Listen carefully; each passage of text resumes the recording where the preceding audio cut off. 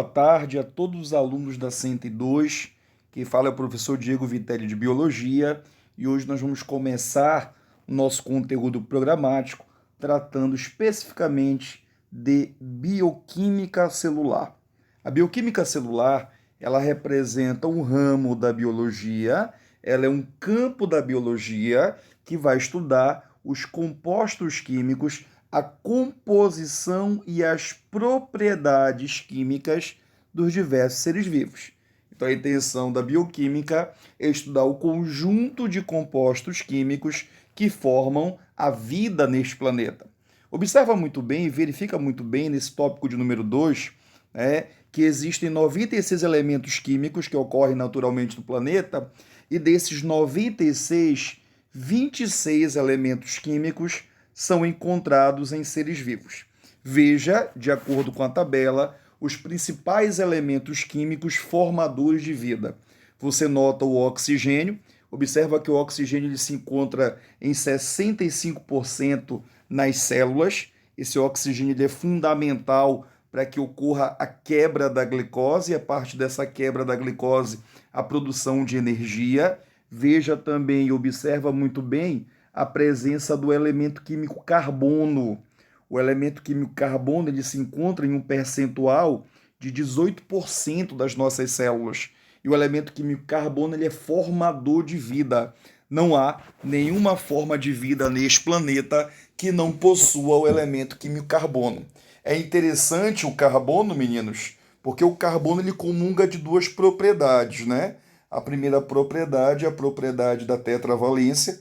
O carbono ele é capaz de fazer 4 ligações e quando faz as 4 ligações, permite que ele possa se ligar a tantos outros átomos diferentes. Além disso, uma propriedade que foi fundamental para a formação de vida foi a propriedade do carbono em realizar o encadeamento.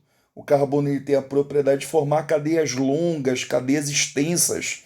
Isso permitiu que moléculas simples pudessem se tornar moléculas complexas e essas moléculas complexas passassem a ter uma evolução bioquímica até constituir a primeira célula. Então você observa que, de acordo com a tabela, os dois elementos químicos encontrados em maior concentração em uma célula é o oxigênio e o carbono. Lembrando que o oxigênio ele é importante porque é ele que vai quebrar as moléculas de glicose para gerar energia, para gerar ATP, e o carbono ele é importante porque ele é formador de vida diretamente. O carbono, em virtude da propriedade do encadeamento, permitiu a formação de cadeias longas, e essas cadeias longas evoluíram para a formação do primeiro ser vivo, da primeira célula. Veja também que, de acordo com a tabela, nós temos 10% de hidrogênio, nós temos 3% de nitrogênio, observa também 1,2% de fósforo e 0,25% de enxofre. Então você tem aqui, verifica muito bem os 6 elementos químicos formadores de vida: carbono, hidrogênio, oxigênio, nitrogênio, fósforo e enxofre. Tudo bem? Então, dando sequência, o que é importante também que você conheça? Bem, aqui você tem duas disposições gráficas para você notar justamente a composição química na matéria viva. Veja que a matéria viva, os elementos vivos, eles apresentam em torno de 75 a 85% de pura água. A água, observa muito bem, é a molécula encontrada em maior abundância na matéria viva. Pensa comigo, se a água está presente em grande quantidade, é porque essa água vai desempenhar funções que são extremamente importantes para as células, e nós vamos ver isso melhor depois. Então, de 100% de compostos químicos presentes na matéria viva em uma célula, 75 a 85% é de pura água. Veja que, em segundo lugar, nós temos as proteínas. As proteínas somam de 10 a 15% na matéria viva, os lipídios de 2 a 3%, os glicídios, que são os carboidratos, são os açúcares, representam 1%, os ácidos nucleicos, que é o DNA e o RNA, também somam 1%, e outras substâncias, como é o caso dos sais minerais, representam também 1% na matéria viva. Quando você observa o gráfico do lado, quando você nota o gráfico do lado, olha lá o que você identifica. Esse gráfico ao lado, ele representa a composição orgânica da matéria viva. Tudo bem? O primeiro gráfico são todos os compostos, o segundo gráfico ele representa apenas os compostos orgânicos. Daqui a pouco nós vamos ver a diferença de composto inorgânico para orgânico, beleza? Então tomar cuidado que dos orgânicos, 72% é formado de proteína. 72% da matéria orgânica ela é composta de proteína. Então você já entende que dos compostos orgânicos, se as proteínas são formadas de 72%, tá? Isso implica dizer diretamente, tá, que as proteínas desempenham funções extremamente importantes. Em segundo lugar, nós temos os lipídios, 14,5%. Nós temos 4,5% de glicídios, que são os carboidratos. Percebemos ainda, identificamos ainda 4,5% de ácidos nucleicos e 4,5% também de outras substâncias. Dando sequência, atenção por favor, nós vamos começar a tratar aqui, nós vamos começar a trabalhar as substâncias inorgânicas.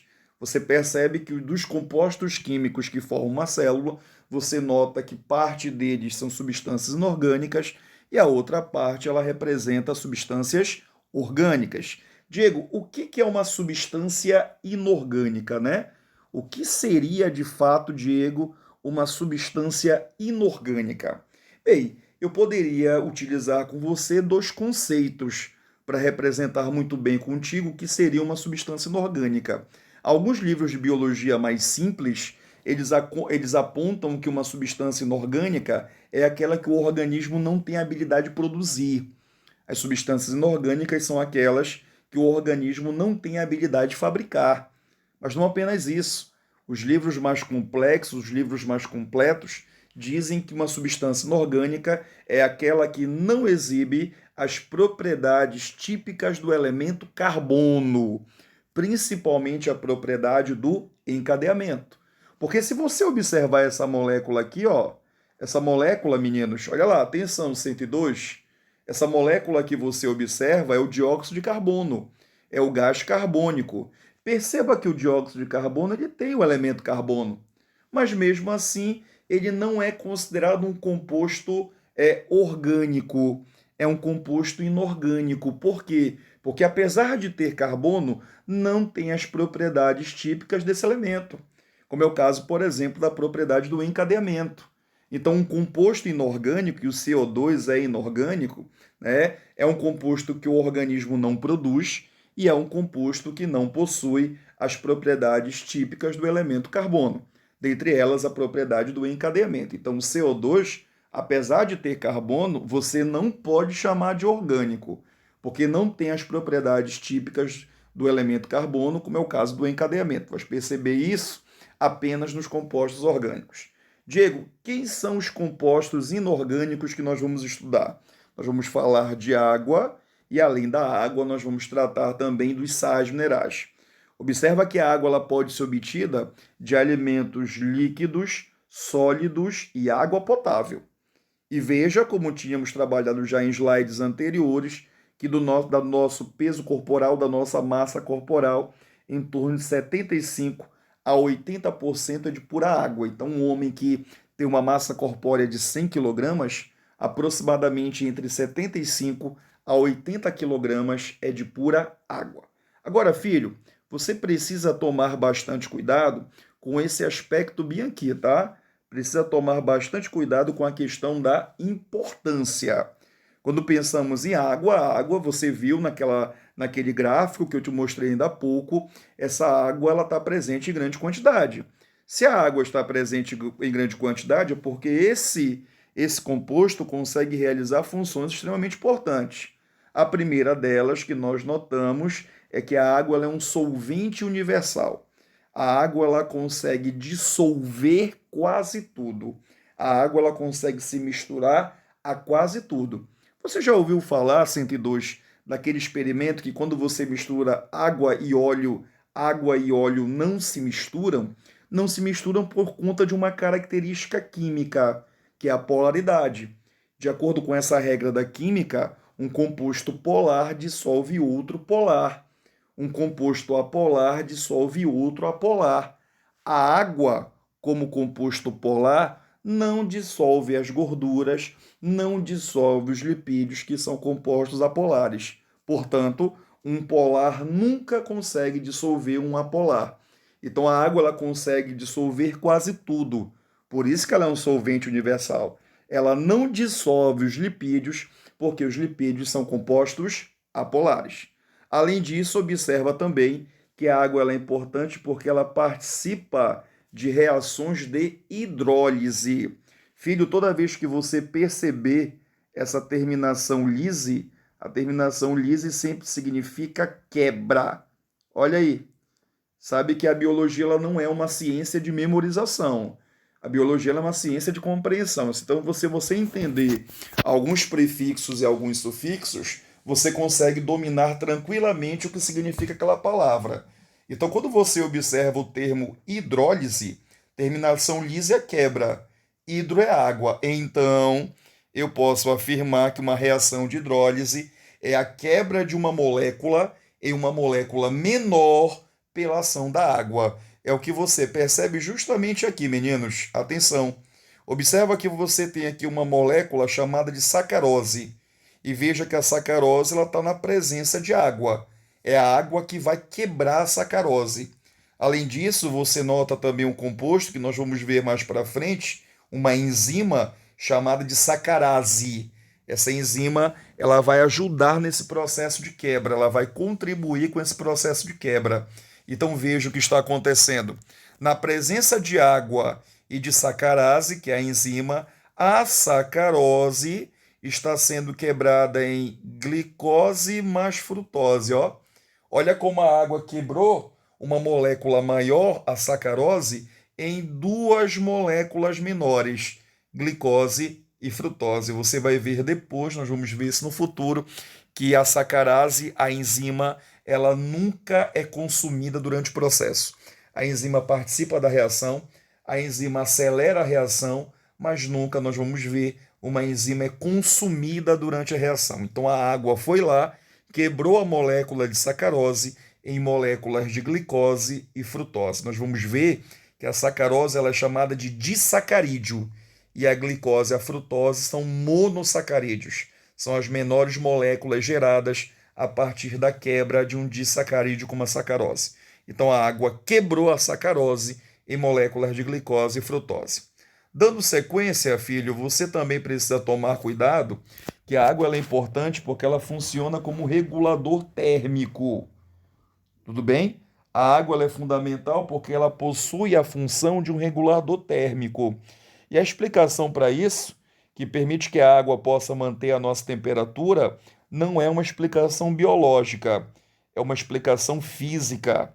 A explicação física está bem aqui, ó. A água possui um elevado calor específico. E diz uma regra na biologia que toda vez que um composto químico possui um grande calor específico, um grande valor dessa propriedade, isso permite menores variações de temperatura. Quanto maior o calor específico, menores serão as variações de temperatura. Por isso que nós, mamíferos, assim como as aves, precisam ter muita água, precisam exibir muita água no corpo, porque quanto maior a concentração de água no teu corpo, menores serão as variações de temperatura. E é isso que permite que você possa manter a tua temperatura constante. Não esquece 102, eu te disse que é uma propriedade física, né? Que é a propriedade do calor específico. Então, quanto maior o calor específico, menores serão as variações de temperatura. Então, como o calor específico da água ele é muito alto, isso permite que a nossa temperatura não oscile muito. É por isso que nós, mamíferos, assim como as aves, conseguem sempre manter uma temperatura constante. Além do calor específico, nós percebemos que também há um segundo fator que permite que a água possa ser um regulador térmico, o suor. Não esqueça que toda vez que você faz uma atividade física por um tempo prolongado, né, vai jogar uma bola, vai correr, né, vai realizar, por exemplo, a musculação, a tua temperatura ela tende a subir um pouco mais. E a nossa temperatura ela não pode subir demais. Nós vamos ver depois que toda vez que eu passo por um aumento térmico, isso pode comprometer a atividade das nossas enzimas, que são proteínas que aceleram as reações químicas do nosso corpo. É por isso que quando a tua temperatura ela ultrapassa os valores de 36,5, 37,5 graus Celsius, as glândulas sudoríparas serão capazes de eliminar suor. Cada gotícula de suor é responsável por absorver uma parcela do calor que está no teu corpo para manter a tua temperatura corporal. Então você precisa eliminar suor, porque cada gotícula de suor será responsável por absorver uma parcela do calor, a fim de que eu possa manter a tua temperatura corporal. Então vai absorver o calor e assim manter a tua temperatura corporal. Então o suor ele é importante nessa diminuição da temperatura corporal. Não esquece, para manter a minha temperatura, eu uso do calor específico e uso da propriedade do suor de absorver o calor que está em excesso, né? Cada gotícula de suor absorve uma parcela do calor que está em excesso para manter a tua temperatura corporal. Veja também e observa também que a água ela consegue desempenhar uma função de transporte. A água ela é importante porque ela é uma via de condução. Ela vai conduzir, atenção por favor, ela vai conduzir alimento, ela vai conduzir gases, ela vai conduzir as excretas, que são os resíduos do nosso metabolismo. Ela vai conduzir também a seiva das plantas, que é o fluido que percorre, é o líquido que percorre a estrutura de uma planta. Quando você observa, por exemplo, o sangue ele é formado de 90% de pura água. E é essa água em grande quantidade no sangue que permite que o sangue possa levar as substâncias por todo o corpo. Quando você observa, por exemplo, a urina ela é formada por 95% de pura água. E essa grande quantidade de água na urina que empurra as excretas, que empurra os resíduos para que possam ser eliminados do teu corpo. Bem, além disso, nós percebemos também que a água ela é fundamental porque ela vai atuar no sentido de desempenhar uma ação lubrificante. Ela lubrifica os nossos olhos, ela lubrifica as nossas articulações, reduz o atrito entre os ossos, para que um osso possa deslizar melhor sobre o outro. Sabe aquela brincadeira de criança 102, que fica um olhando para o outro e ganha aquele que demorar mais tempo sem piscar? Você já reparou que aquele que passa mais tempo, que aguenta um tempo maior sem piscar, ele começa a lagrimar? Essa lágrima é um mecanismo de defesa. A glândula lacrimal libera a lágrima para que a lágrima possa umidificar o globo ocular. Uma vez que os olhos a todo momento abertos, o contato com ar resseca o globo ocular. Então a glândula lacrimal ela libera a lágrima para umidificar, para lubrificar o globo ocular, facilitando que ele possa se mover, né, dentro do osso orbital, ok? Percebemos também, nós notamos também uma última função à água. Veja que a água ela é importante porque ela vai atuar no equilíbrio osmótico. Quando eu digo para você equilíbrio osmótico, é que a água ela vai atuar no sentido de controlar as soluções no interior de uma célula. Você vai ver que, por exemplo, eu não quero entrar muito no mérito de discutir isso com você agora, porque nós vamos falar melhor de osmose quando chegarmos a esse tópico do conteúdo. O que eu posso te adiantar é que a água é justamente o que você percebe aqui, ó, que a água altera as concentrações intra e extracelulares. Como a água altera a concentração intra dentro da célula e extra fora da célula, tu vais perceber que uma hora a célula vai ganhar mais água e outra hora a célula vai perder água. Você vai ver que uma célula que tem um grande teor de água, ela tem uma tendência natural a perder o excesso de água. E tu vais perceber no futuro que uma célula que apresenta um baixo percentual de água, ela tem a necessidade de ganhar água. Mas isso nós vamos ver melhor quando chegarmos de fato a esse fenômeno chamado de osmose. Para nós terminarmos esse primeiro composto que forma uma célula, água, é importante que possamos avaliar os 3 fatores que influenciam na quantidade desse recurso nos organismos. Quais são os fatores? Idade, espécie e atividade metabólica.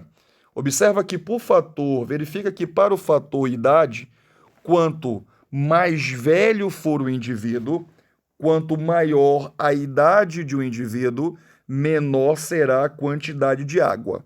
Quanto maior a idade, menor a quantidade de água. Então, observa que o idoso, como ele é o mais velho, ele só tem 60% de água.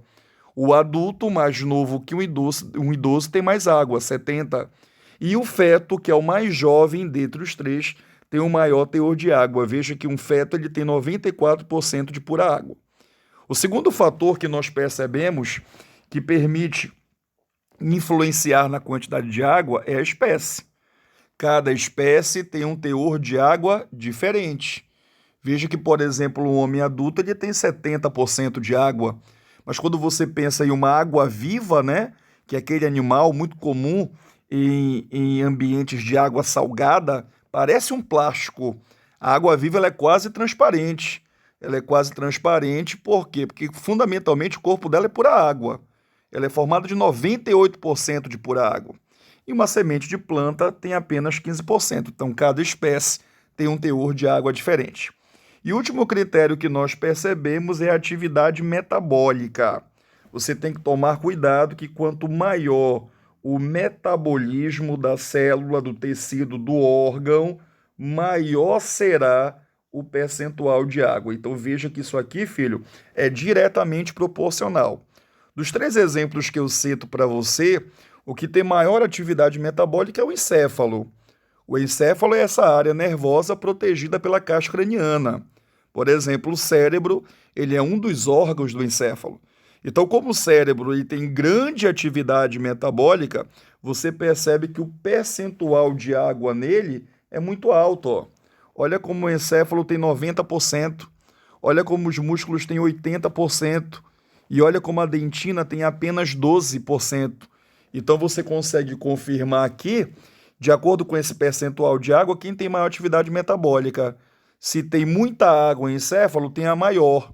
Em segundo lugar, 80%, os músculos têm a segunda maior atividade metabólica. Em terceiro lugar, com apenas 12% de água, a dentina representa o terceiro em atividade metabólica. Não esqueça. Então, idade, quanto mais velho for o indivíduo, menos água. Espécie, cada espécie tem um teor de água diferente. E atividade metabólica, quanto maior a atividade metabólica, quanto maior o número de reações químicas que acontecem naquele indivíduo, maior será, com toda certeza, o percentual de água. Tá bom? Então nós vamos parar por aqui, 102, e na próxima videoaula já vamos falar do segundo grupo de composto inorgânico, que são os sais minerais. Até a próxima aula, meninos!